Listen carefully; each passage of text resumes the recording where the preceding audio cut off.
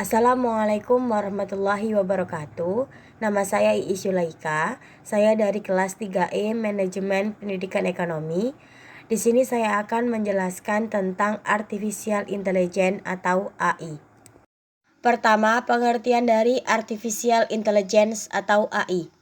Pada dasarnya, AI adalah suatu pengetahuan yang membuat komputer dapat meniru kecerdasan manusia, sehingga komputer dapat melakukan hal-hal yang dikerjakan manusia, di mana membutuhkan suatu kecerdasan, misalkan melakukan analisa, penalaran untuk mengambil suatu kesimpulan atau keputusan, atau penerjemahan dari satu bahasa ke bahasa yang lain.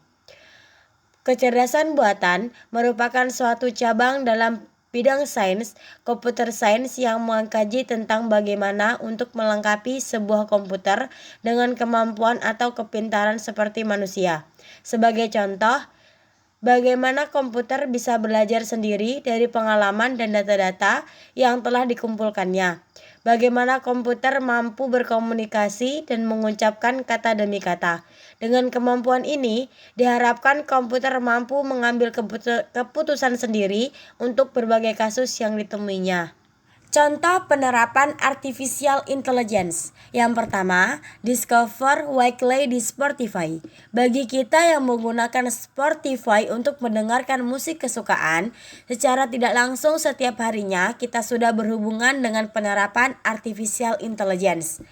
Playlist Discover Weekly yang diliris Spotify pada tahun 2015 lalu mampu menggabungkan rekomendasi yang sesuai dengan bantuan AI. Berdasarkan analisisnya dari apa yang telah kita dengarkan sebelumnya, Discover Weekly di Spotify memberikan kita playlist yang dipersonalisasi sehingga memberikan rangkaian rekomendasi musik yang sangat mungkin kita sukai.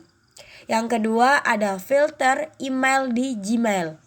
Google menggunakan AI untuk memastikan bahwa hampir semua email yang diterima dalam kontak masuk bersifat asli.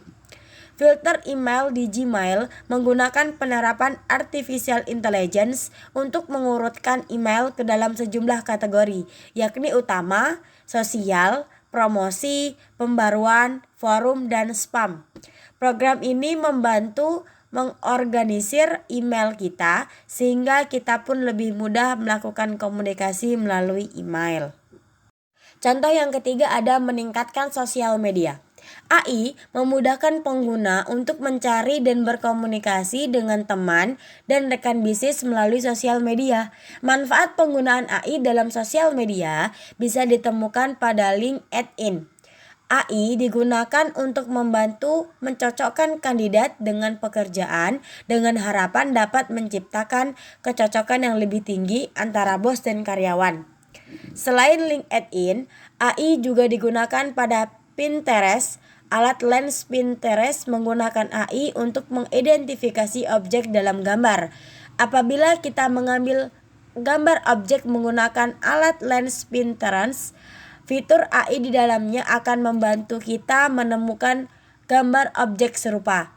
Dalam beberapa kasus, kita bahkan bisa menemukan penjual produk objek yang kita ambil untuk melakukan pembelian.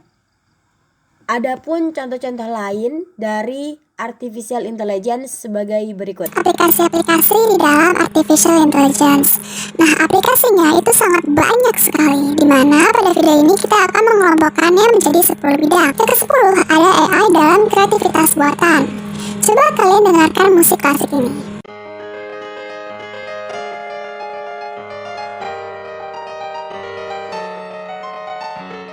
Potongan klip musik yang barusan Anda dengar itu dibuat oleh AI yang bernama MuseNet. MuseNet adalah deep neural network yang dapat membuat komposisi musik berdurasi 4 menit dengan 10 instrumen yang berbeda dan dapat menggabungkan genre country dari Mozart hingga The Beatles. Selanjutnya ada Wordsmith, di mana Wordsmith adalah AI Natural Language Generation yang berupa software di mana dia bisa mengubah data menjadi narasi. Wordsmith merevolusi cara yang profesional dalam menulis menggunakan data. Wordsmith menghasilkan lebih dari 1 miliar cerita per tahun dan membantu industri berbasis data dalam proses penulisan. Yang ke-9, AI dalam media sosial. Facebook menggunakan machine learning dan deep learning untuk mendeteksi wajah kita dalam foto dan video yang yang diunggah, lalu menyarankan pihak pengguna untuk mem-tag kita. Lalu Twitter menggunakan machine learning, deep learning, dan natural language processing untuk mengidentifikasi ujaran kebencian dan bahasa teoristik yang tengah marak di media sosial. Yang kedelapan, AI dalam chatbots. Amazon Alexa adalah asisten virtual yang dikembangkan oleh Amazon dengan menggunakan speech recognition dan natural language processing. Amazon Alexa mampu berinteraksi, memutar musik, membuat daftar tugas, mengatur alarm, menyediakan informasi cuaca, lalu lintas, olahraga, berita, dan yang lainnya.